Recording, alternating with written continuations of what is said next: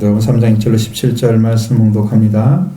디베리 왕제가 통치한 지 15해 곧 본디오 빌라도가 유대 총독으로 헤롯이 갈릴리의 분봉왕으로 그 동생 빌립이 이두레와 드라고니 지방의 분봉왕으로 우사니아가 아빌레네의 분봉왕으로 안나스와 가야바가 대제사장으로 있을 때에 하나님의 말씀이 빈들에서 사가랴가 아들 요한에게 임한지라. 요한이 요단강 부근 각처에 와서 제사를 받게 하는 회개의 세례를 전파하니 선지자 이사야 책에 쓴 바 광야에서 외치는 자의 소리가 있어 이르되 너희는 주의 길을 준비하라. 그의 오실 길을 곱게 하라. 모든 골짜기가 메워지고 모든 산과 작은 산이 낮아지고 굽은 것이 굳어지고 험한 것이 평탄하여질 것이요 모든 육체가 하나님의 구원하심을 보리라 함과 같으니라. 요한이 세례받으러 나오는 무리에게 이르되 독사의 자식들아 누가 너에게 일러 장차 올 진노를 피하라 하더냐. 그러므로 이게 합당한 열매를 맺고 속으로 아브라함이 우리 조상이라 말하지 말라. 내가 너에게 이르나니 하나님이 능히 이 돌들로도 아브라함의 자손이 되게 하시리라. 이미 도끼가 나무 뿌리에 놓였으니 좋은 열매 맺지 아니하는 나무마다 찍혀 불에 던져지리라. 무리가 물어 이르되 그러면 우리가 무엇을 하리이까? 대답하여 이르되 옷 2벌 있는 자는 없는 자에게 나누어 줄 것이요 먹을 것이 있는 자도 그렇게 할 것이니라 하고 세리들도 세리를 받고자 하여 와서 이르되 선생이 우리가 무엇을 하리이까 하매 이르되 부과된 것 외에는 거두지 말라 하고 금병들도 물어 이르되 우리는 무엇을 하리이까 하매 이르되 사람에게 강탈하지 말며 거짓으로 고발하지 말고 받는 금료를 족한 줄로 알라 하니라. 백성들이 바라고 기다림으로 모든 사람이 요한을 혹 그리스도신가 심중히 생각하니 요한이 모든 사람에게 대답하여 이르되 나는 물로 너에게 세례를 베풀거니와 나보다 능력이 많으신 이가 오시나니 나는 그의 신발끈을 풀기도 감당하지 못하겠노라. 그는 성령과 불로 너에게 세례를 베푸실 것이요 손에 길을 들고 자기의 다장마장을 정하게 하사 알고 고모와 국간에 드리고 족장에는 꺼지지 않는 불에 태우시리라. 아멘. 제가 갑자기 생각이 났습니다. 예전에 수련했을 때에 이 말씀을 전하다 보면 듣는 사람들이 얼마나 얼어있는지 20분이 지나야 녹아집니다. 분위기가. 그래서 제가 설교를 너무 힘들게 했던 기억이 딱 났습니다. 갑자기. 얼음덩어리처럼 얼어있는 거예요. 마음들이. 말씀 앞에 탁 풀려서 말씀을 받고자 막 중심으로 뜨거워져 있으면 이게 그냥 들어가는데 그래서 목사님들 중에는 많은 분들이 유머를 한다는 거죠. 첫 시간에 딱. 그래서 마음을 딱 열도록 분위기를 딱 바꾼다는 거죠. 저는 그런 걸 한 번도 해본 적이 없어서 하지도 않지만 그건 뭐 별로 반갑지 않고 여러분에게 수수께끼를 하나 드리려고 하는데 들어오면서 게시판을 본 분 있습니까? 거기에 뭐가 있습니까? 이렇게 안 본 분도 있고 본 분도 있단 말이에요. 보신 분들은 2분밖에 없어요? 경민이 안 봤어? 못 봤구나. 그게 바뀔 리가 설마 뭐가 있겠어? 그걸 크게 하려고 하니까 크게 나오면은 다 깨지는 거야. 그러니까 조그만하게 3개를 나눴단 말이에요. 조금 이해하도록. 옛날 건 그게 다 있어요. 지금도 파는 게 있을 거예요. 키를 한 번도 본 적이 없는 사람들이 있을 수 있어요. 농촌에 안 사람들. 아니면 이제 청년들은 그런 경험을 한 적이 없잖아. 내가 살았던 시대가 아니기 때문에. 그래서 그런 것들을 좀 알려주려고 하는 의도가 있어서 지금 그렇게 한 것입니다. 자, 우리 성경에 누가복음 마지막 복음이 바로 세례 요한이 전하게, 첫 요한으로 전하게 한 그 복음이 전해진다는 것을 말씀하고 있습니다. 또 24장 46절부터 48절에 그 말씀이 잘 기록되어 있습니다. 지금 세례 요한의 복음이 이루어져서 그리스도를 통해서 전해진다고 하는 말씀을 전하는 거예요. 이게 연결이 되어 있습니다. 완성된을 보셔야 돼요. 그럼 제가 이제 완성된을 먼저 보여드리는 이유는 이렇게 들어가는데 이것을 위한 거다라는 것을 말씀드리기 위해서 첫 번째 말씀을 소개하려고 합니다. 또 이르시되 이같이 그리스도가 고난을 받고 제3일에 죽은 자 가운데서 살아날 것과 또 그의 이름으로 제사를 받게 하는 회개가 예루살렘에서 시작하여 모든 족속에게 전파될 것이 기록되었으니 너희는 이 모든 일의 증인이라. 이 말씀은 부활되신 예수님께서 제자들을 만나신 후에 전해주신 살아계신 하나님의 생명의 말씀입니다. 이 말씀을 보면 그리스도가 고난을 받고 제3일에 죽은 자 가운데서 부활되실 것, 자, 속죄와 부활이 이루어진 거죠. 그리고 그의 이름으로 죄사함을 받게 하는 회개가 예루살렘에서부터 시작해서 모든 족속에 전파될 것이 기록되어져 있다. 그럴 때 너희는 이 모든 일의 증인이다라고 얘기했습니다. 그러면 여기에서 죄사함을 받게 하는 회개가라고 하는 말씀과 여기 또 누가복음 24장에서 말씀하시는 내용이 어떤 말씀이 첨가되는가를 보시면 어떻게 이루어진가를 알 수 있어요. 말씀이 이루어지는 것이 뭔가를 알 수 있어요. 그 말씀이. 그것은 예수 그리스도의 고난과 부활, 그러니까 예수 그리스도의 이름이 포함되어져 있습니다. 거기에 첫 번째로. 그래서 분명한 것은 예수 그리스도의 고난은 죽으심이고 부활은 부활되심입니다. 죽으심으로 마귀의 죽음의 세력을 무효화시켜 놓으시고 죄사함을 받게 하는 회개, 그의 이름을 믿음으로 이루어지고 그 이루어질 것을 믿는 것이 바로 이루어져야 될 죄사함을 받게 하는 회개. 이것이 이제 전파될 것이 이제 기록이 되어져 있다는 거죠.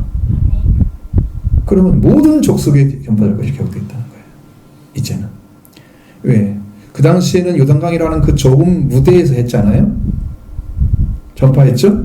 그런데 예루살렘에 나온 이 복음이 모든 족속에게 전파될 것이라는 거죠. 이것이 마지막 복음이에요. 아멘. 이것이 여러분의 심령을 살리는 말씀이라면 여러분에게 복음인 거예요. 여러분의 심령 속에 들어가서 여러분을 구원시키는 능력의 말씀으로 역사하시면 여러분이 말씀으로 구원받을 줄로 믿습니다. 아멘. 이것이 이루어지기를 원합니다. 아멘.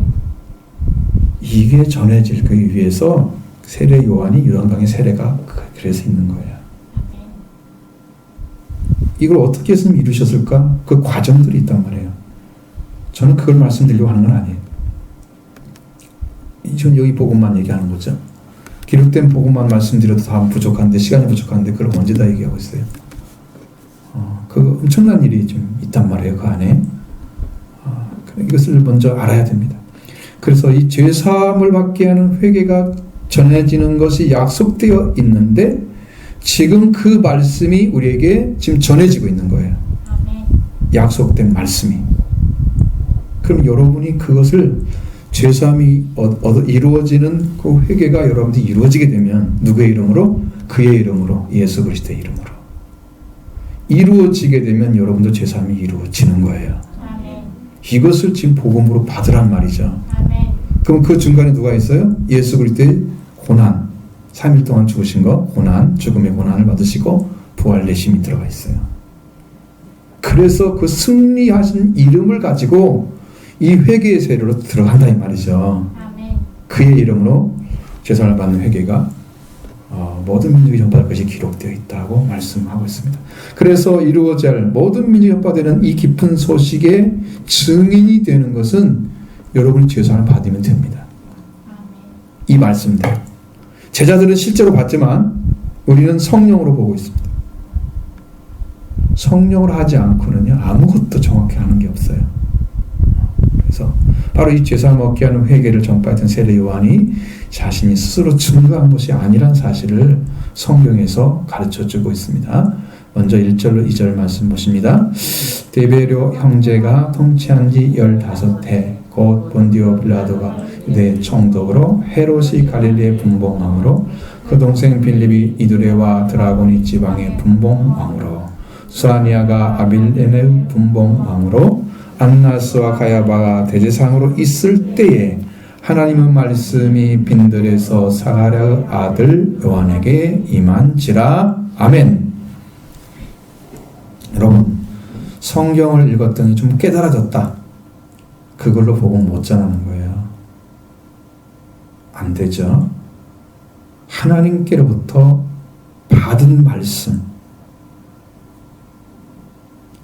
하나님의 말씀이 임재함으로 받은 말씀으로 전해야만이 그 말씀이 능력이 있다는 거죠. 아멘. 오늘 여러분이 성령의 말씀으로 듣게 되면 여러분 10년 안에도 이게 이루어질 거예요. 아멘. 아니면 최소한 보이긴 할 거예요. 내가 이런 자리에 서 있었구나. 그래서 내가 회개가 안 이루어지는구나. 그런데 이 사람을 향해서 회개라고 말씀하시는구나. 그래서 세례 요한 세례가 반드시 있어야 되고 내가 왜 회개 자리에 세워져야 된다는 것을 알게 되게 하시기를 원합니다. 성령의 역사를 통해서 알게 되기를 원합니다. 요한은 성령을 얻게 따라서 하나님 말씀을 전한 게 아니고 하나님 말씀을 받음으로 증거했다는 거죠. 이 말씀이 임하신 것 외에는 회개를 이룰 수가 없는 거예요. 그래서 제가 보니까요, 왜 회개를 듣는데 이루어지지 않을까? 이게 봤더니 충만함이 없어요. 10년 안에 충만하게 임재하는 그 은혜가 없어요. 그러니까 살짝 스쳐가고 말아요. 그러니까 생각은 좀 바꾸는데 마음까지 움직이지 않는 거예요. 그리고 여러분, 그릇이 아무리 많이 담으려고 해도 그릇이 준비가 안 되면 그릇이 그냥 채워지는 거예요. 조그마한 그 종지는 그냥 채워지니까 그냥 거기서 끝나는 거예요. 감동이 없는 거잖아요. 여러분들 하나님 말씀을 사모하고 흠모하는 심령으로 왔을 때 그것이 탁 임하는데 이러한 준비가 안 돼 있으니 말씀이 부어질 수가 없는 거지. 그 감동 조금 받고 그런가 보다 하고 가서 사는데 회개는 하지 않고 돌아오는 거지. 충만함이 안 올 때는 회개가 안 이루어진다. 그걸 아셔야 돼요. 그래서 기도를 통해서 더 깊이 들어가야 회개가 이루어집니다. 아멘. 은혜가 더 임재해야 여러분 회개를 압니다. 내가 왜 회개해야 되는지, 내가 어느 자리에 서 있는지, 내가 이렇게 죄인인데 하나님 알지 못한 사실을 알게 되면서 회개가 나타나는 거예요. 근데 내가 지금 누구인 거 몰라. 그래서 회개가 안 되는 거죠. 그러니까 이 요한이 이 말씀을 증거한 이유는 하나님께서 이러한 사람들, 이렇게 살고 있는 사람들 심령이 이렇다 하고 보여준 거란 말이에요.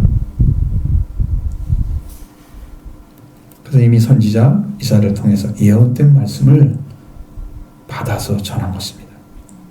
근데 그 말씀 그대로만 얘기해 놨어. 그러니 그 이해하는 사람이 누가 있어? 얼마나 되겠어요? 자, 먼저 3절, 6절 말씀 보고 지금 전하겠습니다. 요한이 요단 부근 각처에 와서 제사를 받게 하는 회개의 세례를 전파하니 신지자 이사야의 책에 쓴 바 근가에서 외치는 자의 소리가 있어 이르되 너희는 주의 길을 준비하라. 그의 오실 길을 곱게 하라. 모든 골짜기가 메워지고 모든 산과 작은 산이 낮아지고 굽은 것이 곧아지고 험한 길이 평탄해질 것이요 모든 육체가 하나님의 구원하심을라 함과 같으니라. 아멘. 이 말씀 그대로 거의 대부분 비슷하게 이사야 40장 3절로 5절 말씀을 인용을 했습니다. 저는 오늘 이 말씀을 드리려고 하는 거예요. 그래서 여러분이 그 말씀을 보고 있지 않으면 아마 이해를 못할 거예요. 이걸 보고 있어야만 될 거예요. 이사야 40장 3절로 5절 말씀.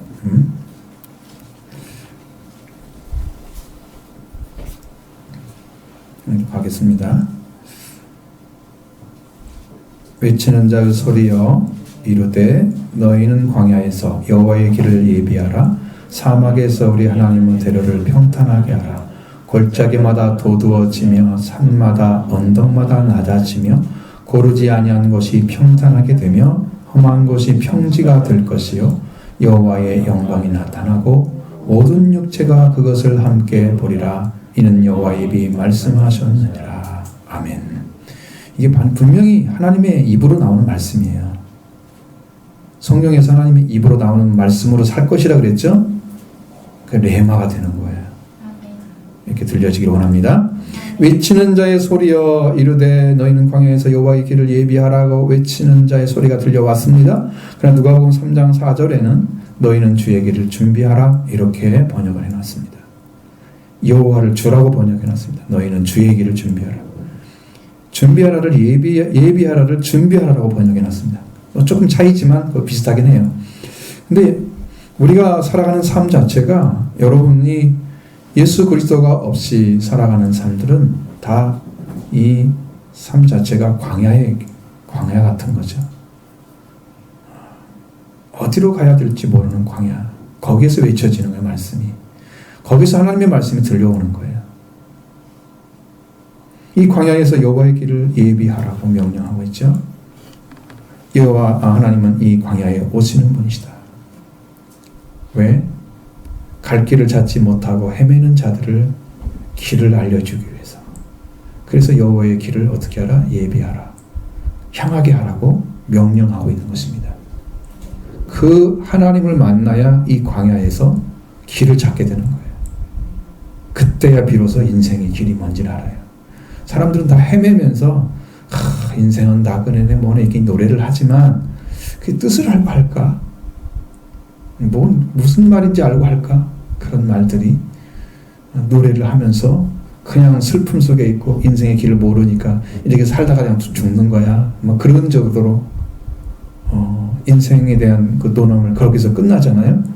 성경에는 그 광야의 길을 분명히 여호와에게 오시는 길이 있다. 그 광야를 향해서 외치는 자가 광야에서 외친 것처럼. 그럼 사막에 길이 나야 될 거 아니에요. 하나님의 길이. 그 광야 같은 길. 그 길에서 그들을 향하여 오신 하나님. 죄와 사망으로 고통당하는 사람들이 살아가고 있는 광야 같은 곳에 그들의 생명을 살리기 위해서 오시는 그 하나님. 그 오시는 길을 반드시 향하게 하라. 이게 회개의 목적이에요. 이 말씀은 반드시 모든 사람이 하나님 여호와가 오시는 길을 향하게 하라고 하신 것입니다. 아멘. 무엇을 위해서 그렇습니까? 죄장을 받게 하는 회개를 하게 해서 하나님의 구원을 주려고 하시는 것입니다. 아멘. 또 사막에서 우리 하나님의 대로를 평탄하게 하라고 명령하고 있습니다. 누가복음 3장 4절에는 그의 오실 길을 곧게 하라 이렇게 번역해 놓았습니다. 여기서 대로를 말하는데 대로 오실 길을 대로를 오실 길로 번역해 놓고 평탄하게 하라를 곧게 하라고 번역해 놨습니다. 그것 다 도두는 것이니까 곧게 하라는 말 평탄한 말 거의 같은 말이에요. 들어갔으면 도두는 거니까. 자, 이 사막은 어디냐 그러면 황량한 그런 평지를 가리킵니다. 여러분 스텝지대라는 거 알고 있죠? 스텝지대. 얘는 시베리아 남부지방 같은 데 가보면 나무가 자라지 않는 온대 초원지대입니다. 나무도 안 자라. 그러니까요 거기는 나무도 조그만하고 사람이 살 수가 없는 거죠. 그런 의미가 이제 황량한 평지 스텝지대라는 것입니다. 그런 땅에 대로를 만들겠다는 거예요. 그건 대로라고 하니까 사람들이 생각할 때는 아주 큰 길이구나. 근데 제가 찾아보는 원어는 큰 길로 나와 있지 않습니다. 그냥 번역을 이렇게 해놓은 거예요. 그럼 무슨 의미로 하려고? 우리의 황야 같은 인생, 그 사람 속에 그런 심령과 그런 조건에 살고 있는 사람들을 향해서 하나님의 길이 열려 있다는 걸 말해주기 위해서 대로라고 얘기한 거예요. 실제는 대로가 아니에요. 영적으로 보면 높은 길일 수도 있어요.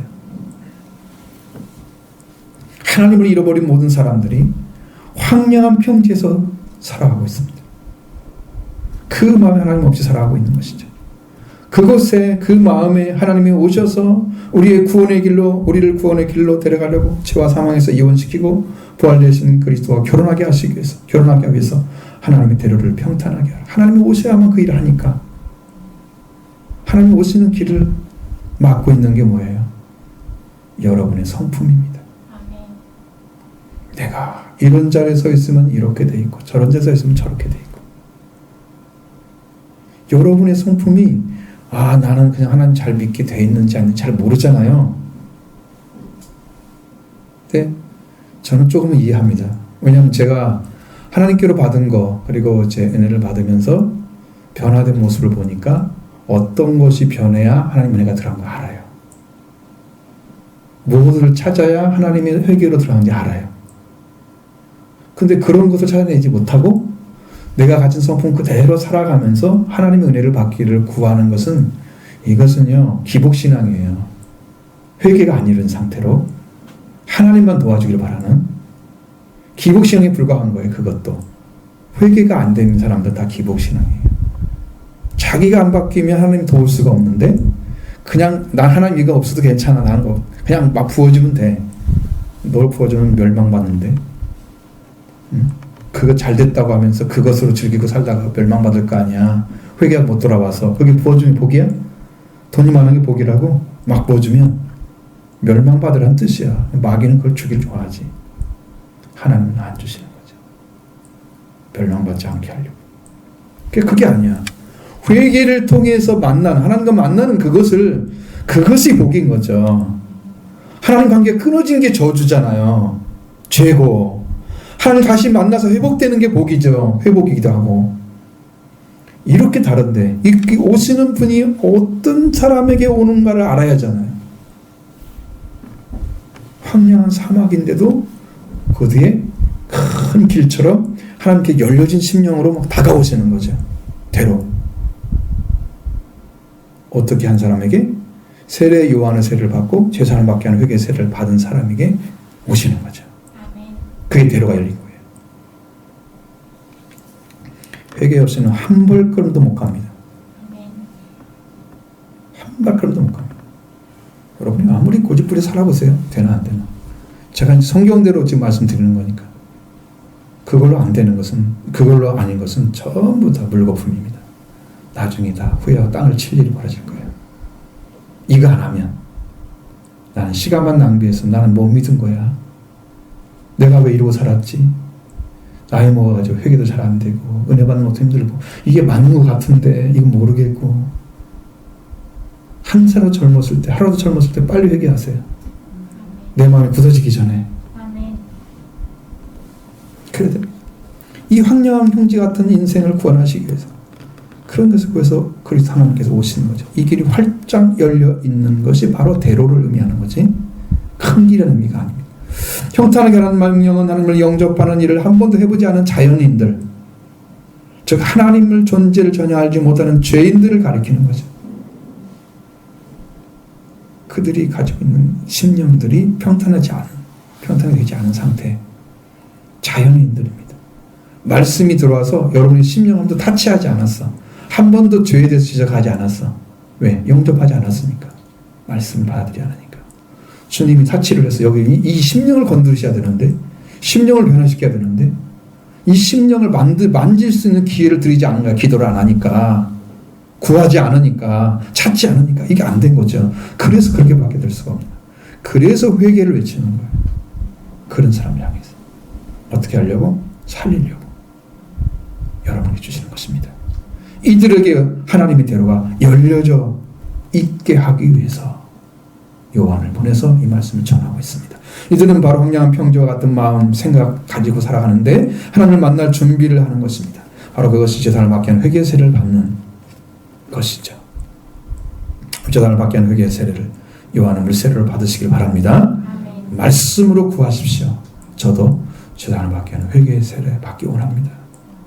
하나님 말씀대로 이루어 주세요. 한번 그거 붙잡고 기도해 보세요. 어떤 일이 벌어지는가? 내 마음이 어떻게 차츰차츰 변화가 되고 바꿔지는지 믿는 만큼 바꿔질 거예요. 아멘. 그리고 믿음대로 하나님께 말씀하신 것처럼 이루어지니까 믿는 대로 될지어다 하실 거예요. 아멘. 바로 여러분한테 찾을 수 있어요. 기도하지 않으면 안 됩니다. 그러니까 저는 분명히 아는데 기도하지 않고 내가 한 발도 전진이 안 되더라고. 성경대로 갈 수가 없더라고. 내 심령이 어떻게 가겠어요? 그분한테 구해서 그분 나를 도와줘야만 되는 건데 그래서 못 가는 거지. 이 회개하지 않은 성품들이 바로 생활이 생활과 성품이 다 똑같습니다. 지형은, 여기 나오는 지형들은 다 성품을 가리키는 거고 생활을 가리키는 거예요. 자, 골짜기마다 도두어지고 산마다 언덕마다 낮아지며 고르지 아니한 곳이 평탄하게 되며 험한 곳이 평지가 될 것이요 여호와의 영광이 나타나고 모든 육체가 그것을 함께 보리라. 여호와의 말씀하셨다고 말씀하고 있습니다. 자, 누가복음 3장 5절에서 6절 말씀에는 모든 골짜기가 메워지고 모든 산과 작은 산이 낮아지고, 여기 작은 산이라고 하는 것이 언덕이라는 말입니다. 작은 산으로 이제 바뀐 거예요. 그 굽은 것이 곧아지고 험한 길이 평탄해질 것이요 모든 육체가 하나님의 구원하심을 보리라. 자, 여러분, 하나님의 구원하심이 보이는 자리, 이게 회개에 이루어진 사람들이에요. 아멘. 그럼 여기는 안 되느냐? 되죠. 자, 40장 4절에 골짜기라는 단어와 히브리어 명사로 보면 가해라고 하는 단어입니다. 거기는 길고 바닥이 평평한 저지대를 가리키고 있습니다. 근데 이제 여기는 골짜기가 도두어져야 한다고 그러잖아요. 이게 지금 메꿔져야 한다는 얘기죠. 도두어져야 한다고 그랬어요. 인간의 완고함 속에서 오랫동안 젖어 있었던 인간이 깨달은 가르침으로 살아가는 사람들을 가리키는 거죠. 그러니까 이 세상 사람들이 다 이런 지대에 살고 있는 거예요. 저지대에. 인생이 가르친 사람이 그 하나님께 가는 길은 찾지 못하고 그냥 인간은 이렇게 사는 거야, 이렇게 살아가는 거야. 그렇게 해서 이제 자기들이 만들어놨어. 그리고 사람들이 그렇게 가르쳐. 인생은 이런 거야. 그렇게 가르쳐서 계속해서 그런 삶을 살아서 하나님 말씀으로 돌아오는 이 가르침이 아니고, 자신이 죽음에 속해 있으면서도 그거는 옳은 것처럼, 그게 옳은 것, 자신이 가르침이 옳은 것처럼 해서 실제로 자기의 가르침 하나님 말씀이 비교할 수 없는데도 그러한 구분해내지 못하는 그런 무지함을 가리키는 것입니다. 영적으로. 여러분, 어른들, 믿지 않는 어른들이 하는 말씀 들어보면 인생 어쩌고 얘기하잖아요. 이게 지금 다 저지대에 있는 사람들이에요. 인생의 저지대. 그러면서 자기가 맞다는 거야. 성경에 하나님 없이 좀 죽어가는데 자기 인생관이 맞다고 가르치고 살라고 강요하고. 무지죠, 무지. 이게 골짜기들인데 이 골짜기들이 도두어져야 된다. 골짜기는 바로 사람이 가르치고 살아왔던 것인데, 이 버리고 도두어지는 것은 회개를 가리키는 거죠. 올라와야 되니까 거기에서 점점점 올라와야 하잖아요. 하나님, 이게 죽음이었어요. 이거 내가 지금 죽어 있는 상태예요. 죄 가운데 빠져 있었어요. 하나님, 나 살려주세요. 하고 끄집어 올리는 게 이제 올라오는 거예요. 도두어지는 거야. 도두어지는 거예요. 응? 들어있었어, 안에? 들어오죠. 그 인생에서 이제 하나님을 향한 방향이 바꿔지는 거예요. 이제 돌아와서 자신이 하는 죄 문제를 해결하는 길을 찾게 되는 겁니다. 되십니다. 이것이 이제 회개의 길을 이제 시작하는 것입니다. 그 산마다 언덕마다 낮아져야 된다고 말씀하고 있습니다. 여호와의 오시는 길 대로가 되어야 하기 때문에 그런 것입니다. 근데 하나님을 정확하게 영접할 수 있는 자리가 바로 평지입니다. 산이나 언덕은 모두 평지보다 높은 곳입니다. 하나님이 세우신 자리를 떠나서 선악한 열매를 끊고 범죄한 나머지 자신이 선악하는 것이 하나님처럼 되어서 높아졌습니다. 그래서 하나님 말씀을 자기가 평가를 해. 내가 이렇게 생각해. 하나님 말씀하신 게 아니고 자기 이해의 정도지. 그게 구원이 안 되잖아요. 여러분, 성경을 읽을 때 이렇게 읽으라고 말씀드렸죠. 아, 이건 이런 내용이구나 라는 정도 말을 하고, 너무 평가 들어가고 내가 뭐 아는 거 들어가는 것이 문제가 생길 수 있다. 왜? 성령이 완전 해석이 오기 전까지는 문제가 생길 수가 있으니까 거기를 조심하라고 말씀드렸어요. 자기가 선악을 분별한다니까. 선악을 하나 따먹어가지고. 하나님 분별해주셔야죠. 말씀에 순종하는 것이 어떻게 하는 거예요? 선악을 따먹지 않고 회개하는 사람들이라는 거예요. 근데 말씀을 평가하는 사람들은 선악을 또 따먹으러 들어간 거예요. 그래서 자기가 그것으로 나름 인생관을 만들고 신앙의 길을 만들고 그러는 거야. 그 성령이 가르쳐 주는 건 또 있어요. 그것은 이제 여러분이 이해할 수 있어요. 충분히. 성령을 통해서 읽어지는 성경은 충분히 양식이 되고 기쁨이 있고 감사가 있고 확신이 있고 이런 게 있어요. 따라와요. 그건 좀 달라요. 그거 외에는 대부분이 그렇게 잊고 있다는 거죠. 그래서 선악을 알고는 따먹고 있는 상태로 그냥 살아가고 있는 교만이 하늘을 찌르는 거죠. 자기가 하나님인 거예요. 선악을 알게 필요가 없어서 따먹지 말라고 그랬는데 선악을 아는 나무를 따먹고 선악을 알게 되었잖아요. 그게 필요가 없어서 못 따먹게 했는데 선이 하나님이신데 그냥 말씀만 따르면 되는데 그걸 따먹지 말라고 그래서 하지 말라고 했는데 그걸 따먹고 그렇게 됐잖아요. 그게 멸망인 거죠.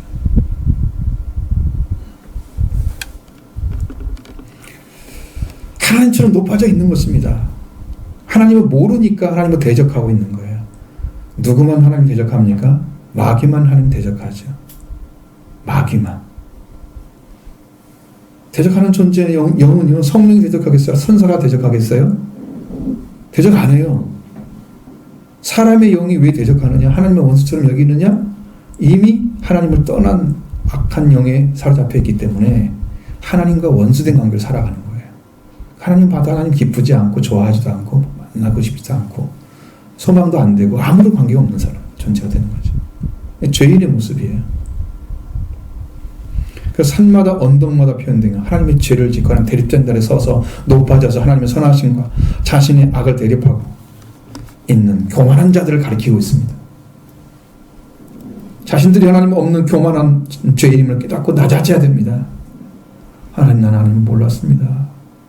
하나님이 이렇게 크고 완전하신 우리의 구원자이심을 몰랐습니다. 우리의 창조주임을 몰랐습니다. 그걸 알게 되는 거죠. 거기서 낮아지는 거예요. 내 자리가 높아져 있다는 것은 하나님을 모르기 때문에 높아진 거고 그분에 대해서 오게 되면 작은 거라도 그건 깨달음을 통해서 오잖아요. 그러면 내려가는 거예요. 그래야 속죄한 주님을 만날 수 있어요. 속죄하게 해서 오시는 주님을 만날 수 있어요. 평지가 되어요. 할렐루야. 들어가기 바랍니다. 회개를 통해서 그러지 못한 것이 평탄하게 될 것입니다. 누가복음 3장 5절에는 그런 것이 고다지고라고 번역이 났습니다. 고르지 아니한 것은 뭐냐면 험준한 곳을 말합니다. 지세가 험하며 가파른 곳 이렇게 되어 있습니다. 험준하단 말이 이 성품을 가리키는 건데요. 속이고 교활한 성품을 가진 자. 자기 중심적으로 모든 것을 가지고자 하는 자들을 가리킵니다. 뭐 생각만 해도 자기가 되게 판단하는 거 자기가 해서 이게 맞아야 돼. 이게 험준한 사람. 고르지 않은 것입니다. 그래서 그런 분들은 자신을 잘 안 보여줍니다. 왜? 다른 사람 속여야 되니까 그거 다 속 보여주면 안 되잖아요. 그러니까 그 교활한 성품을 가지고 있으면서 때로는 탁 좋게 말하다가 때로는 탁 악하게 말하다가 막 이렇게 막 교활하잖아요. 그러니까 이 사람은 어느 때는 헷갈리는 거야. 이게 좋은 사람이. 그런 분들이 있더라고요. 제가 만나보니까. 귀한 목사님들 중에서도 계시더라고요. 있단 말이에요. 교활하지는 말아야 되는데. 그래서. 이것이 이 사람의 성품이 바로 험준한 것입니다. 자신의 자리를 알고 이 자리에서 하나님을 향해서 나아가기를 결단하고 회개하는 것입니다. 그런 사람들은 그렇게 할 수밖에 없습니다. 그게 고르지 아니한 것이 평탄하게 되었을 때 우리의 구원자가 보이는 거죠. 그때 모든 육체가 하나님의 구원을 보리라. 그때 보게 되는 거예요. 이 회개를 통해서 얻어지게 될 줄로 믿습니다. 회개를 통해서 험한 곳이 평지가 될 거라고 말씀하면서 누가복음 3장 5절에는 험한 길이 평탄해질 것이요 라고 했습니다. 서로 다르죠. 약간은. 자, 이 험한 곳, 험한 길. 사실 길이라고 표현은 안 돼요. 여기 원하던 맞는 게 안 말이에요. 맞지는 않아요. 험한 길이란 말은 맞지 않아요. 험한 곳이 맞아요. 근데 험한 곳이 어떤 곳을 말하냐 그러면 그냥 험하다 그러면 여러분 어느 곳에 가보면 사람이 들어갈 수 없는 곳 있죠. 사람이 지나갈 수 없는 그런 곳 있잖아요. 그런 지나갈 수 없는 곳, 사람이 들어갈 수가 없는 곳을 말합니다. 그게 험한 곳입니다. 원어적으로. 그럼 우리의 성품들이 아무도 접근할 수 없는 자신만이 가지고 있는 그 거친 성품을 가리키는 거예요. 사람들이요. 옆에 올 수가 없어요. 그 사람 옆에 있으면. 너무 독특하고 자기밖에 몰라서 거칠어서 사람 옆에 가는 좀 싫기도 하고, 또 그 사람 앞에 순종하지 않으면 그냥 얻어맞을 것 같기도 하고, 그런 사람도 있죠. 두렵죠. 무섭죠. 그 불같은 성격도 있고 그런 사람입니다. 유형입니다. 그래서 우리의 구원자 하나님이 오셔도 접근할 수가 없는 사람이에요.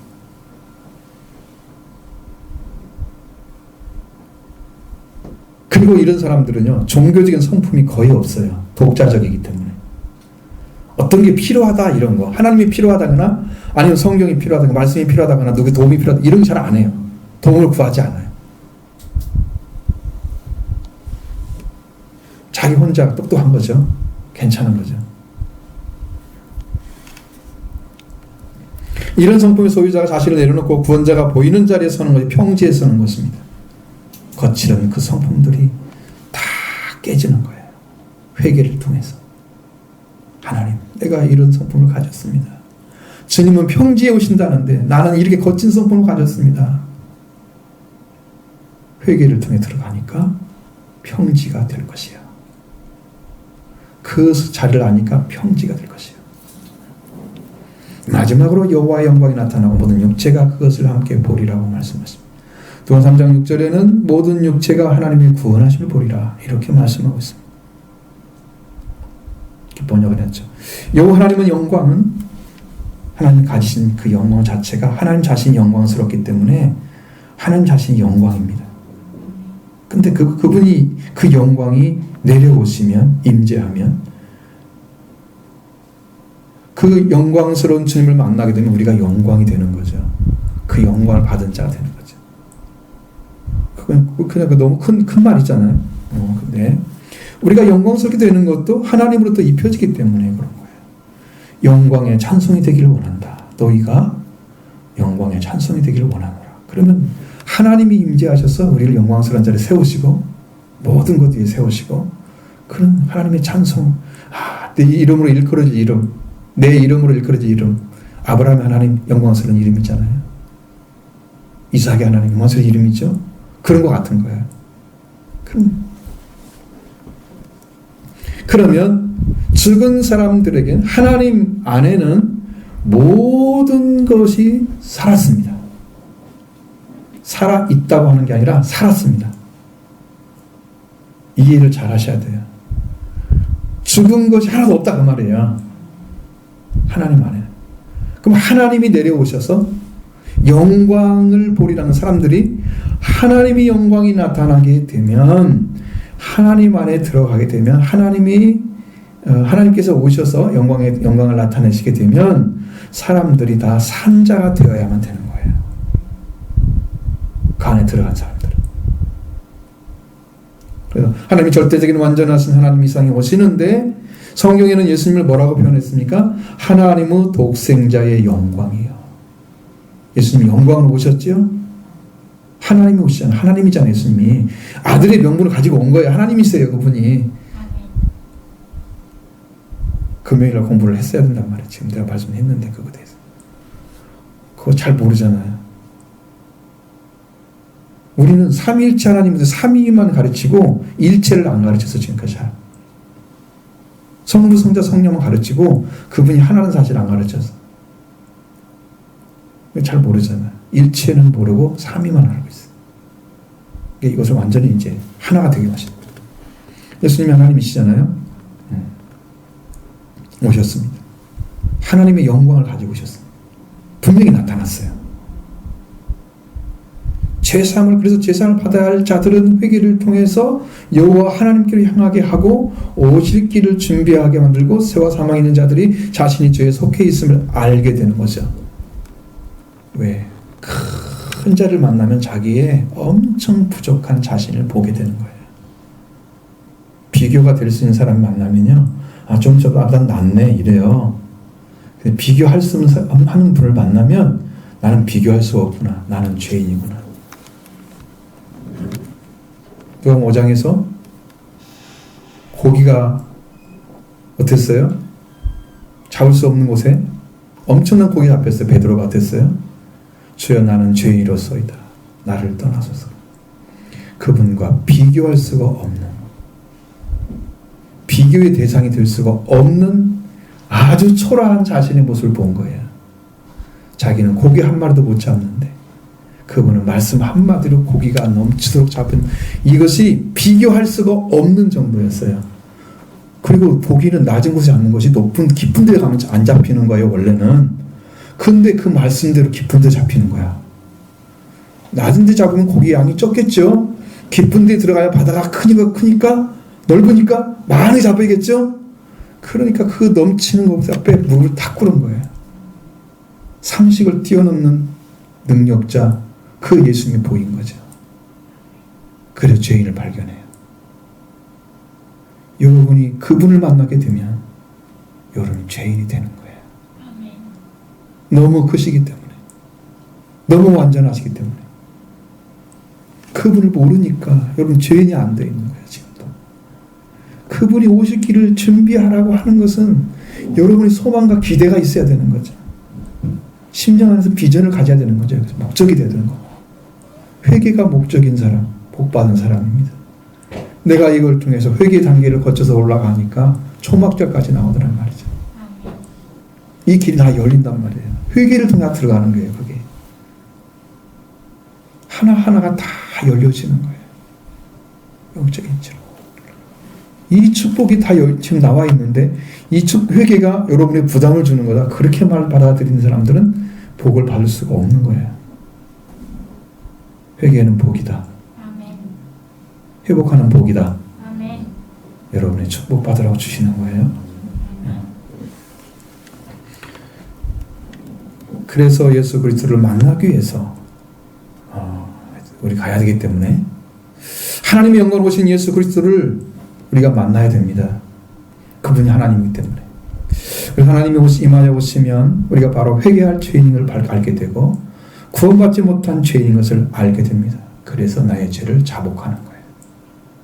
요한의 세례도 저들이 자기 죄를 자복하더니 그리 나왔죠. 근데 구원해 줄 수 있는 죄를 사해주는 권세를 가진 분이 만나줘야지 죄사함을 받잖아. 아직 요한의 때는 그걸 알게 되는 거고, 그 죄를 알게 되는 거고, 예수님을 만나야 죄사함을 받게 된다는 말이죠. 회복이 이루어진단 말이에요. 전혀 다르죠? 그래서 하나님과 함께 할 수 없는 죄인인 것을 알게 됐습니다. 그것을 알게 하기 위해서 회개해야 된다는 거예요. 반대로. 그래서 여호와 영광이 나타난 모든 육체가 그를 보게 될 것입니다. 철저한 회개한 자만 완전한 구원에 이르게 하시는, 죄사함을 받게 하는 회개가 시작되는 것입니다. 하나님의 영광은 그의 임재하실 때 나타납니다. 하나님이 오셔서 예수님을 죽은 자 가운데 다시 살리신 거예요. 로마서 6장 4절에 아버지의 영광으로 말미암아 그리스도를 죽은 자 살리셨다고 말씀하고 있습니다. 하나님 안에 모든 것이 살아있다고 말씀하고 있습니다. 누가복음 3장 20장 38절에 하나님은 죽은 자의 하나님이요 하나님이 아니요 살아있는 자의 하나님이시라. 하나님에게 모든 사람이 살았느니라. 여러분, 하나님은 그냥 살아있는 거지 하나님이 살리시고 그러지 않아요. 그러니까 죽은 것은 못 들어가는 거죠. 산 것만 들어가는 거죠. 살아있는 생명체만 들어가는 거예요. 사람을 처음 만들 때도 생명이 됐다고 말씀하고 살아있는 존재여야만 되는 거예요. 하나님 관계가 끊어지면 죽은 자가 되는 거예요. 그래서 죄인이에요. 그런데 이 하나님이 오시면 여호와의 영광이 나타나구나 말씀하셨고, 그분 육체가 그를 함께 보리라고 말씀하셨습니다. 하나님이 독생자의 영광으로 오신 예수 그리스도 하나님이십니다. 이 하나님의 영광은 살리려고 임하신 것입니다. 그래서 그분 육체가 그를 함께 보리라고 했습니다. 구원받을 대상이죠. 육체는 그 구원자의 영광을 보게 되는 거예요. 그래서 구원이 이루어지는 거예요. 그분을 향해서. 그리고 육체를 모든 육체를 아신 것은 이 말씀을 보면 알 수 있습니다. 디모데 전서 2장 4절.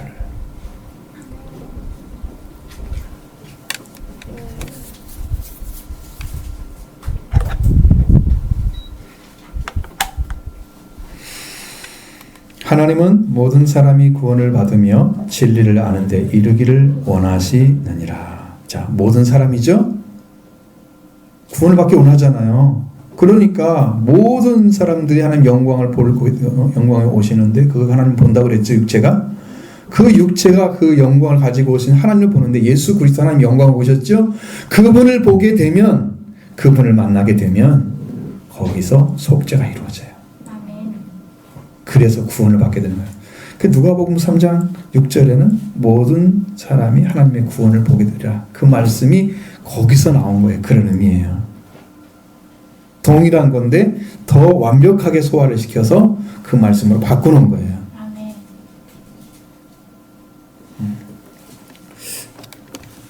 이해가 잘 안 되시나 보네. 모든 사람이 구원받기를 원하신다. 하나님의 뜻이죠. 이 하나님의 간절한 뜻입니다. 너무 간절해요. 그래서 독생자를 보내신 거예요. 생명을 살리기 위한 최후의 수단이었어요. 그를 죽여서 모든 사람의 죄를 다 속죄해 주시려고. 이렇게 하나님의 영광을 떠난 자들을 모든 육체인데 육체가 하나님의 영광을 봐야 합니다. 그래서 모든 육체 하나님의 구원을 하심을 보게 될 것이다 말씀하고 있습니다. 베드로후서 3장 9절에 보면 주의 약속은 어떤 이들이 더디다고 생각하는 것 같이 더딘 것이 아니라 오직 주께서는 너희를 대하여 오래 참으사 아무도 멸망하지 아니하고 다 회개하게 이르기를 원하시느니라. 하나님께서 주님께서 왜 오래 참으시겠어요? 아무리 말해도 마지막 때가 되었다고 그래서 사람들은 그 얘기가 너무 많이 들었기 때문에 성경은요 어떻게 이해를 해야 되냐면 하나님께서 이 말씀을 주시고 예수 그리스도께서 이 땅에 오셔서 말씀을 주시고 제자들이 혹은 사도들이 또 제자리에 속하지 않았지만 하나님께서 명령하신 자들이 복음서를 기록했잖아요. 그때부터 말세였습니다.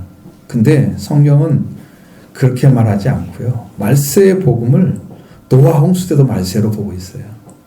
그래서 예수님이 오실 때는 노아 때와 같을 것이라고 말씀하고 있는 거죠. 그게 세 말의 증거들이에요. 유황불로 태워졌던 소돔과 고모라도 바로 그 마지막 때를 말하는 롯의 때와 같을 것이다 그러시는 거죠. 그게 마지막 때를 말하는 거예요. 말세가요 그 전에 다 있었어요. 근데 지금은 이제 그 집중돼서 마지막 때 나타난 것을 얘기하는 거예요. 그래서 아무도 주께서는 너희를 대하여 오래 참으시고 아무도 멸망하지 아니하고 다 회개하기를 원하시느니라. 오래 참으시는 게 무슨 목적이에요? 어떠한 경우에도 멸망하지 아니하기 때문에 오래 참는 거예요. 죄를 잘못 지어도 이건 분명히 죄를 지으면 안 되는데 그걸 모르고 있는 사람이잖아요. 그러니까 돌아오기를 바라고 참으시는 거예요. 그 생명을 연장시켜 주는 거예요. 죄인이 잘 살고 있기 때문에 하나님이 살려주는 게 아니에요. 살리려고 오래 참는 거예요. 돌아오기를 기다리는 거예요. 그래서 종들의 목소리가 필요한 거죠. 복음을 전하는 종들의 말을 듣고 제발 좀 돌아와라. 하나님이 지금 참으시고 있잖아요.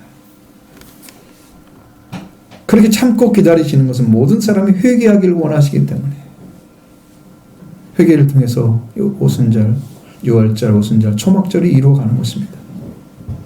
하나하나의 절기가 다 이루어집니다. 누가복음에서는 모든 육체가 하나님의 구원하심을 보리라고 예언한 말씀과 같이 그 말씀이 성취되어야 하는 그 시작점이 바로 죄사함을 받게 하는 회개의 세례를 받는 데 있는 것이죠. 이것이 시작이기 때문에 이 말씀으로 딱 결론을 내렸어요. 이 세례 요한이 전한 말씀을 말씀으로 받는 것입니다. 그럼 죄사함을 받게 하는 회개의 세례가 이루어지도록 기도하기 시작하시는 것입니다. 여러분이 하셔야 되는 일이죠. 나에게도 이 회개가 이루어지게 하옵소서. 그를 붙잡고 기도를 하셔보라고. 아멘. 날마다 하면은 어딘가 변화가 올 거야. 이제 진짜 그게 믿어지기도 하고 이게 내가 간절해지기도 하고 그렇구나. 이 말씀이니까 붙잡으면 여러분 삽니다. 아멘. 말씀이니까. 자, 세례 요한이 세례 받으려는 분은 우리에게 말했습니다. 7절로 9절의 말씀입니다. 자, 요한이 세례 받으러 나오는 무리에게 이르되 독사의 자식들아 누가 너희에게 일러 장차올 진노를 피하라 하더냐. 그러므로 회개에 합당한 열매를 맺고 속으로 아브라함이 우리 조상이라 말하지 말라. 내가 너희에게 이르나니 하나님 능히 인도들러도 아브라함의 자손이 되게 하시리라. 이미 도끼가 나무 뿌리에 놓여 있으니 좋은 열매 맺지 않은 나무보다 찍혀 불에 던져지리라. 아멘. 자, 세례받는 자들은 회개하러 오는 자들이라고 생각할 수 있죠. 근데 왜 이렇게 욕을 해요?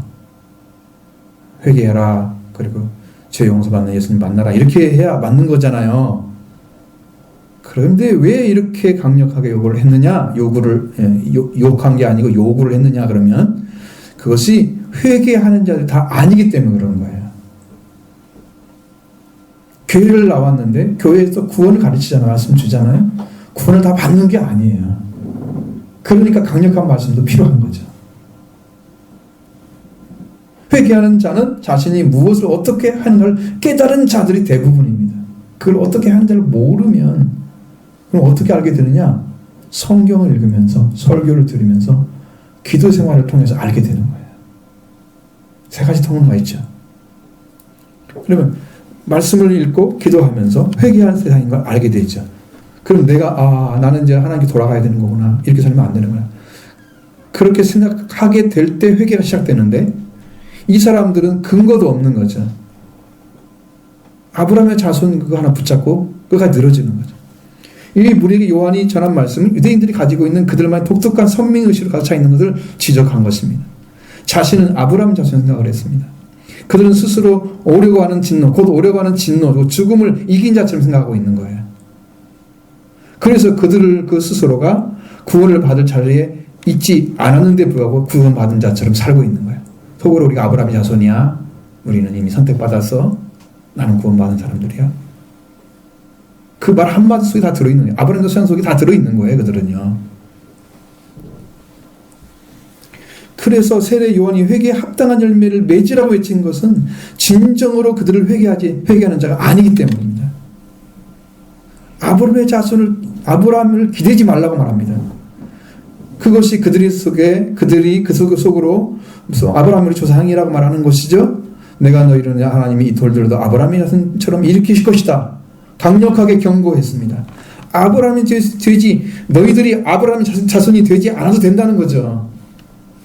너희들이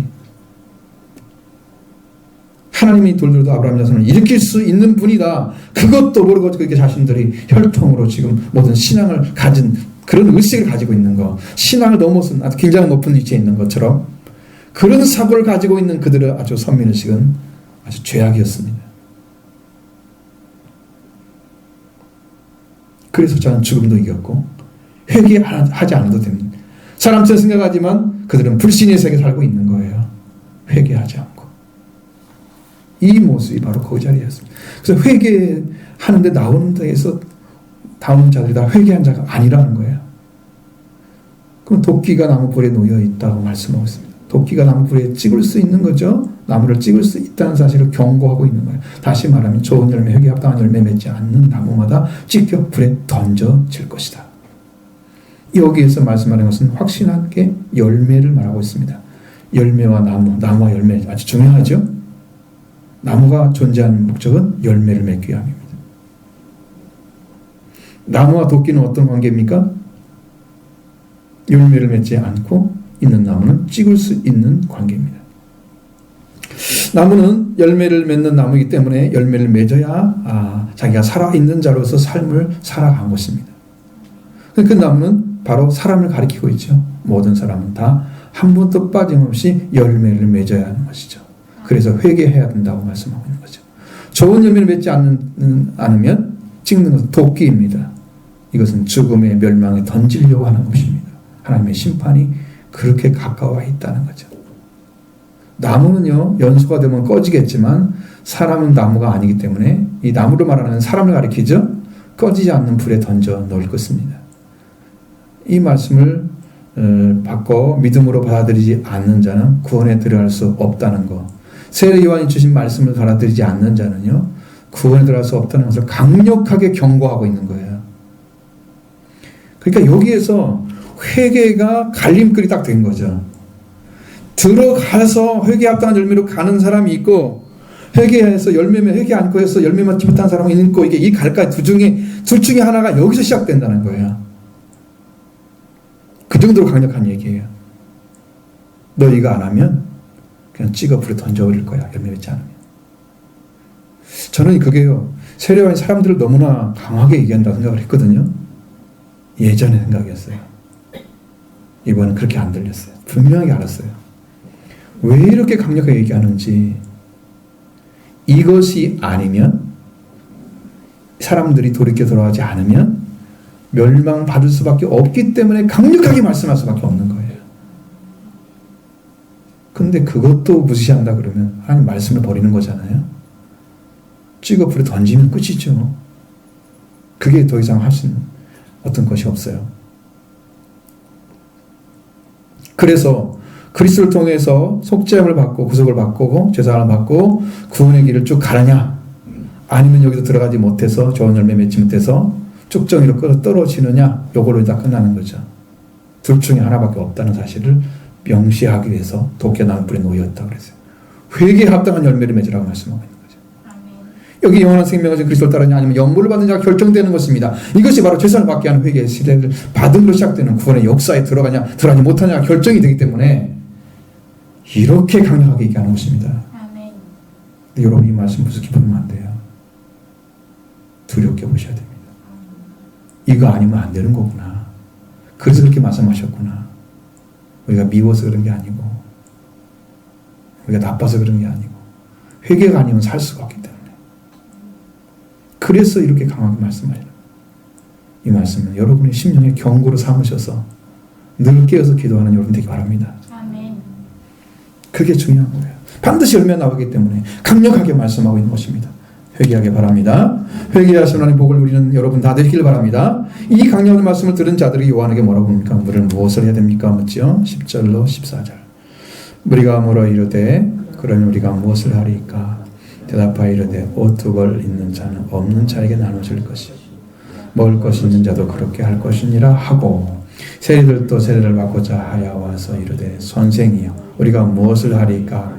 이르되 부가된 것 외에는 거두지 말라 하고 군병도 물어 이르되 우리는 무엇을 하리까 하매 이르되 사람에게 강탈하지 말며 거짓으로 고발하지 말고 받는 금류를 족한 줄로 알라 하니라. 아멘. 자, 분명히 선생이요 그랬잖아요. 주님이 아닌 거 알죠? 예수님은 주와 선생이 되고요. 여기는 선생밖에 안 됐습니다. 구원자는 아닌 거예요. 자, 우리들에게 가르쳐 주신 말씀, 세리들에게 전해준 말씀, 군병들의 말씀 질문에 대해서 대답한 것입니다. 하나님께 돌아온 자의 삶을 말씀하고 있지만 사실상 회개에서 속죄함을 받지 못하기 때문에 그들은 생명을 살리는 관계의 삶이 아니고 이웃과의 관계를 올바르게 하는 데 초점이 맞춰져 있는 거예요. 죄삼이 와야지 살리는 관계가 나타나죠. 여러분 나는 옷 두 벌 있어 한 벌 입어 그러면 굉장히 사랑이 많은 것처럼 보이겠죠? 너 밥 없어? 내가 줄게. 나 있으니까 먹어 같이 먹자. 사랑 나누겠죠? 죄사함 무슨 관계가 있어요? 그거 옷 줬다고 죄사함 받아요? 공로예요? 뭐 많이 해주니까 하나님 용서를 해줘요? 그런 공로는 없죠. 예수님 피밖에 없는 거예요. 그러니까 없는 거죠. 그것은 살리는 관계 아닙니다. 그래서 이런 요한은 이뿐만 아니라 자신들에게 주어진 삶의 여건을 받아들이는 생활을 하라고 가르쳤습니다. 요한으로부터 받은 영향을 받은 사람들이 많이 동요됐죠. 요한이 그리스도인가를 생각할 때 모든 사람에게 요한은 이렇게 대답을 했다. 이 마지막 말씀입니다. 15절로 18절입니다. 백성이 바라고 기다림으로 모든 사람이 요한을 혹 그리스도신가 심중히 생각하니 요한이 모든 사람이 대답하여 이르되 나는 물론 너에게 세례를 베풀거니와 나보다 능력이 많으신 이가 오시나니 나는 그의 신발끈을 풀기도 감당하지 못하겠노라. 그는 성령과 불로 너에게 세례를 베푸실 것이요 손에 기를 들고 자기의 대당마당을 정하게 하사 알고 모아 곳간에 들이고 쭉정이는 꺼지 않는 불에 태우시리라. 아멘. 자, 여기에 백성이 그리스도를 기다린 것은 사실이었습니다. 바라고 기다린다. 아주 절실하게 찾고 있었다는 거죠. 그 기대감과 세례 요한의 활동이 맞아서 사람들이 마음의 동요가 일어났습니다. 그래서 그 마음에 요한이 그리스도인가 이렇게 생각을 한 거예요. 그럴 수 있잖아요. 사람들이 정확하게 알지 못하면. 그러자 요한이 모든 사람에 대해서 대답을 하기 시작한 거예요. 여기 이제 한 두 가지 정확하게 말씀을 이해하면 이 말씀은 아주 완벽하게 들어옵니다. 10년 안에.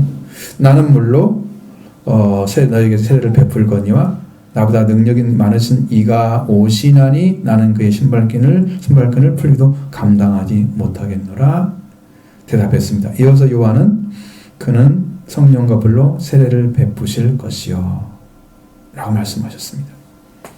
예수 그리스도와 세례 요한의 차이, 세례를 베푸는데 차이가 뭐냐, 얼마큼 다른가? 분명히 정확히 전하고 있습니다. 요한이 내 뒤에 오시는 예수 그리스도와 자신이 어떻게 다른가를 분명히 말하는 것은 뭐냐면 거기는 물의 세례를 베푸는 요한 그리고 성령과 불로 세례를 베푸시는 그분이 내 뒤에 오시는 이예요. 다르죠? 세례는 세례인데 물로 베풀고 있고 한 사람은 성령과 불로 세례를 베풀고 차이가 너무 크죠. 이게 이제 이것도 이제 여러분들이 영적으로 이해를 해야만 알 수 있는 건데, 자, 세례 요한이 나보다 능력이 많으신 이가 오신다고 그래서 이 능력이 많다는 것은요, 더 강하신 이라는 뜻입니다. 더 강하신 이, 나보다 더 강하신 이, 강력한 이라고 생각하시면 돼요. 나보다 더 강력한 이가 나오신다. 내 뒤에 오신다. 요한은 물로 세례를 죄사함을 받게 하는 회개 세례를 베풀었습니다. 이 세례는 정결함을 가진 생활을 하도록 한 것입니다. 그래서 사람들이 나눠주고 이런 일을 하라고 한 거죠. 그러나 예수 그리스도는 성령과 불로 세례를 베푸실 분이라고 전하고 있습니다. 자, 오늘 우리가 예수 그리스도를 믿으면 무엇을 받아야 됩니까? 성령과 불을 받아야 됩니다. 성령과 불 세례를 받아야 됩니다. 베풀어 주셨으니까. 여러분들 이것을 위해서 기도하고 있습니까? 기도하시기 바랍니다. 예수님께서 성령과 불로 세례를 요한의 세례를 통해서 회개하고 시간을 받는 자에게 주신다고 하는 거죠. 이게 연결이 되어 있죠? 그런데 중간에 뭐가 빠졌습니다. 성령과 불 세례는 예수 그리스도가 베푸시는 세례입니다.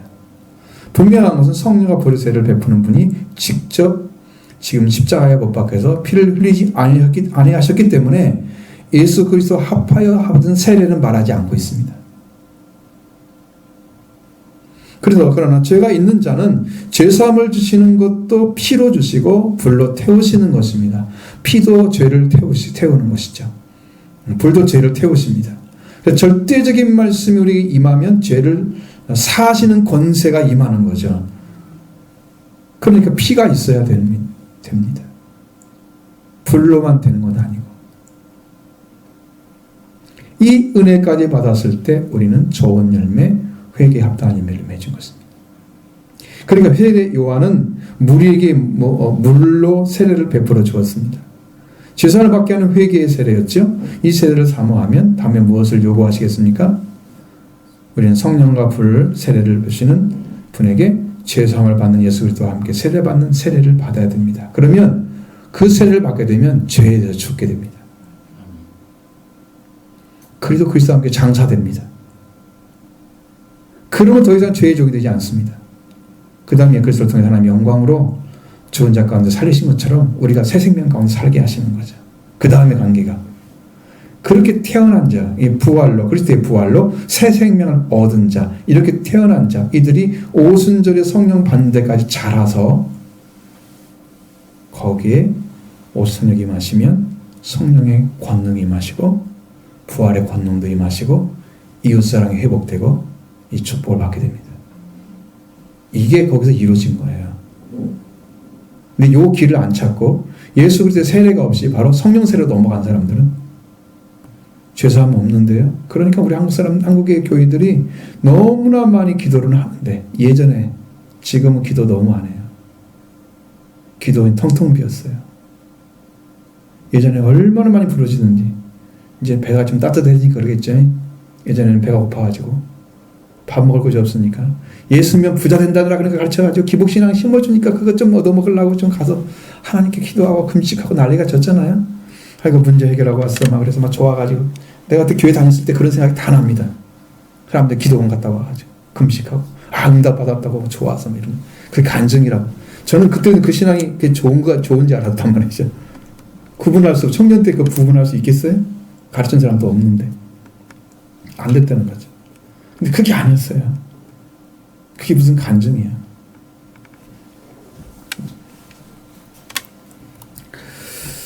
그래서 성령과 불세를 받으신 예수 그리스도를 통해서 죄사함을 받게 하는 회개의 세례, 그 세례가 예수님의 십자가를 통해서 이루어지는데 이것이 우리 안에 받쳐져야 됩니다. 우리에게 이루어져야 됩니다. 그 다음에 성령 세례가 오는 거예요. 죽은 자 가운데서 살리실 것처럼 그리스도를 하나님 영광으로, 하나님 영광이 나타나면 원래 자를 회복시키는 거잖아요. 그리스도가 산자가 되게 만드는 거예요. 죽은 자가 되면 안 돼요. 근데 그분은 영이 죽은 거 아니라 몸이 죽었죠. 그러니까 몸을 하나 되게 살려서 부활되게 하신 거예요. 그것처럼 우리 영이, 우리 육체는 살릴 수가 없으니까 우리 영이 살아서 새 생명 가운데 살게 하셔서 우리가 다니게 하시는 거죠. 하나님의 길을 걸어가게 하는 거예요. 이제 시작됐어요. 이 사람이 성장해서 성령 받는까지 하라는 거예요. 그게 오순절인 거예요. 아직 예수님께 주기 전이기 때문에 이 말씀을 전할 수가 없어요. 그래서 요한은 성령과 불의 세례주품이라고 말씀했어요. 사실은 물세례와 피의 세례와 성령 세례를 받아야 됩니다. 세 가지 세례가 있는 거죠. 이렇게 물세례를 받으시고 피의 세례를 받으시고 제사를 받게 하는 거죠. 그 다음에 불과 성령 세례, 성령 세례를 받는 거예요. 이렇게 해서 완성되는 거예요. 구원이. 할렐루야. 아멘. 이렇게 이루어져야 됩니다. 그 길을 걸어가라고 지금 말씀하시는 거고, 안 되고 그랬으면 좀 와서 좀 물어봐요. 좀 알려드릴 테니까. 제가 뭐 안 되간 다 알고, 하나님 역사하신 대로 다 가르쳐드리고, 어떻게든 이루어야 될 거 아니에요, 이거요. 그냥 지나가면 안 되죠. 그냥 지나갈 일이 아니죠. 시간 낭비하지 마세요, 여러분들. 그냥 지나가고 또 한 주 지나가고 이래서 1년 가는 거잖아요. 뭐 하려고 그렇게 살아요? 아무것도 못 이루고. 또 한 가지 뭘 나타나냐면 예수 그리스도가 심판자로 나타나고 있습니다. 증언하고 있습니다. 심판자. 곡식이 알곡과 측정이를 고르는 방법은 그 당시에 키가 있었습니다. 까부르는 삽이라고 합니다. 키지라는 삽. 이렇게 표현을 했습니다. 잘 모르죠. 삽이라는 미래. 그게 우리가 챙이라고 하는 거, 예를 키라고 하는 거잖아요. 이렇게 해서 만들어 놓은 거.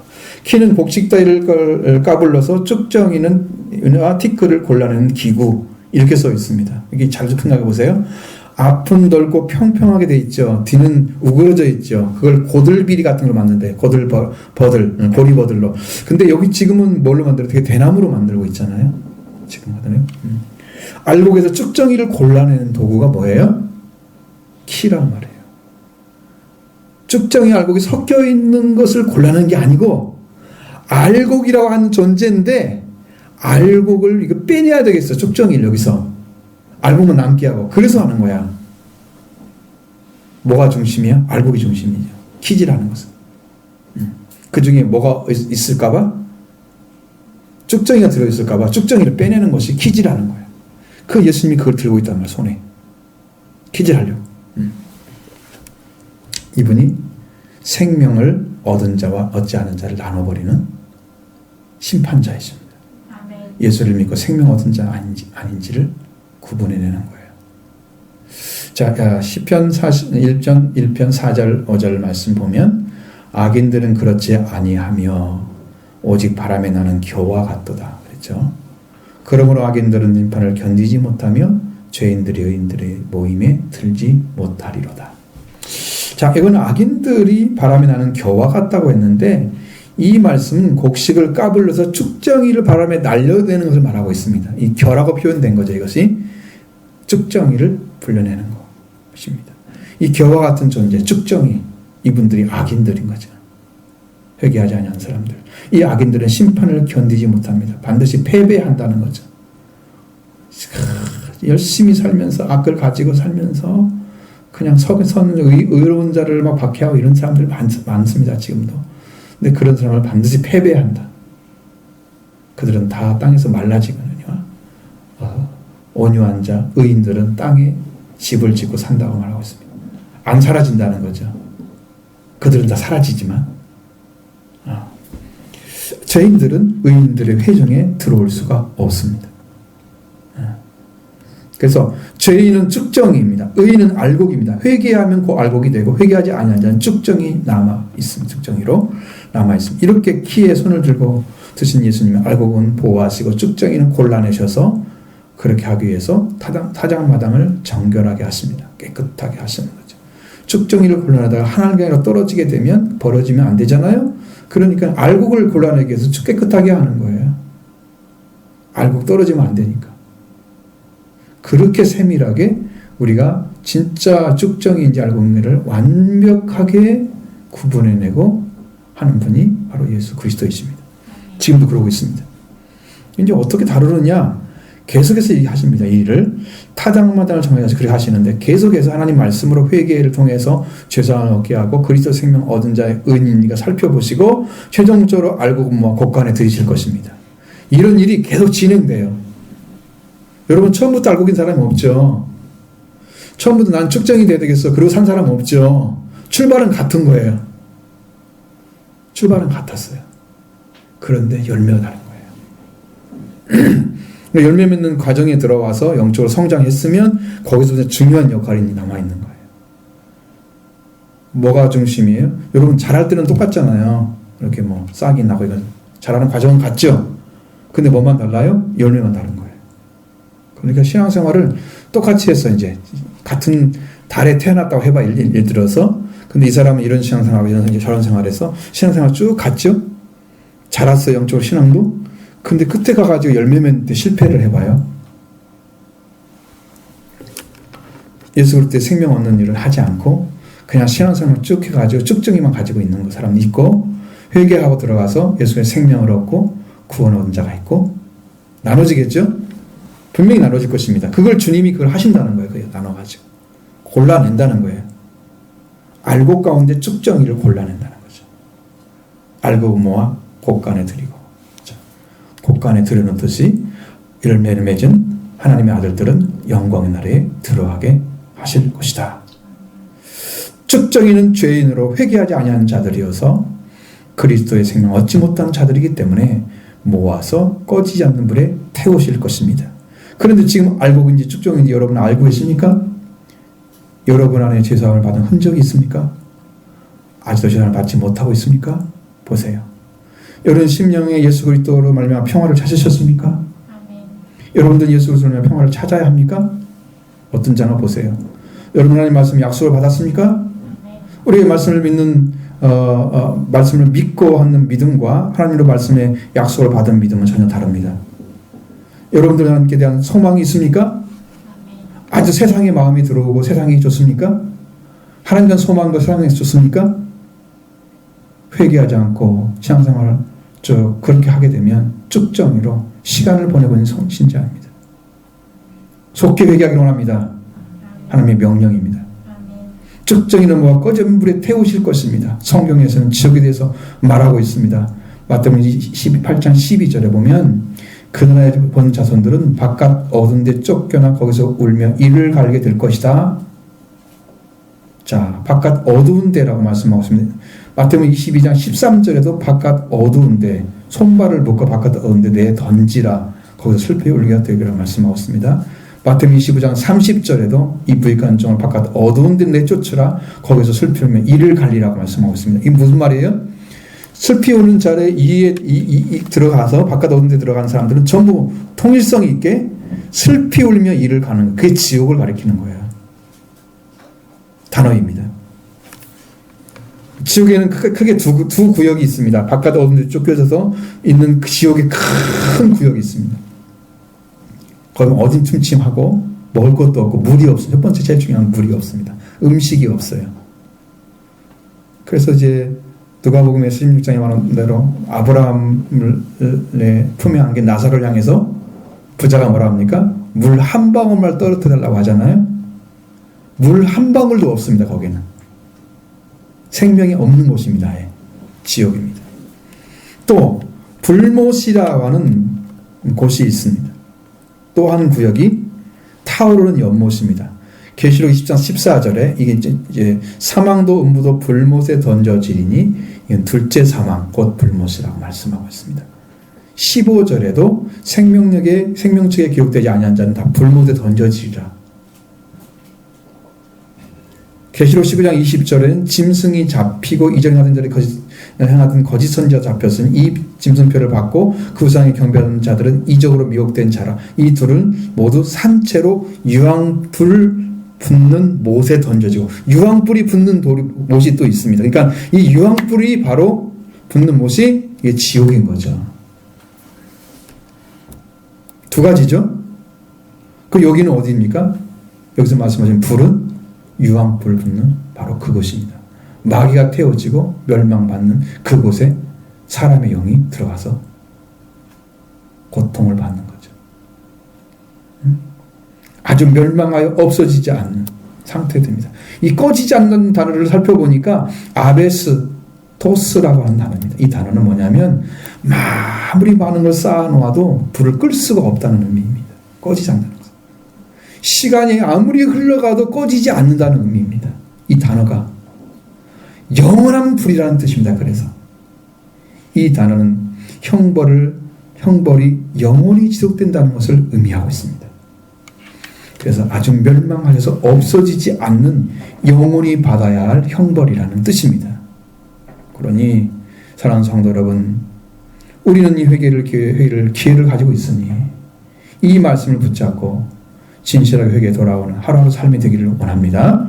하나님은 우리를 향하여 죽지 않고 살아야 한다고 말씀하고 있습니다. 세례 요한을 통해 주시는 말씀으로 우리가 빨리 회개할 대상임을 깨닫고 평지가 되고 평탄하게 되어야 됩니다. 우리가 손자리가 어딘가를 분명히 보십시오. 예수 그리스도를 구원을 얻으시기를 원합니다. 모든 육체가 그 구원을 보셔야 합니다. 바로 여러분들이죠. 저죠. 예수 그리스도의 풍성한 긍휼과 사랑으로 오시는 그 이끌을 영접해서 영원한 생명을 얻는 복된 성도가 다 되기를 난 주님의 이름으로 축원합니다. 할렐루야.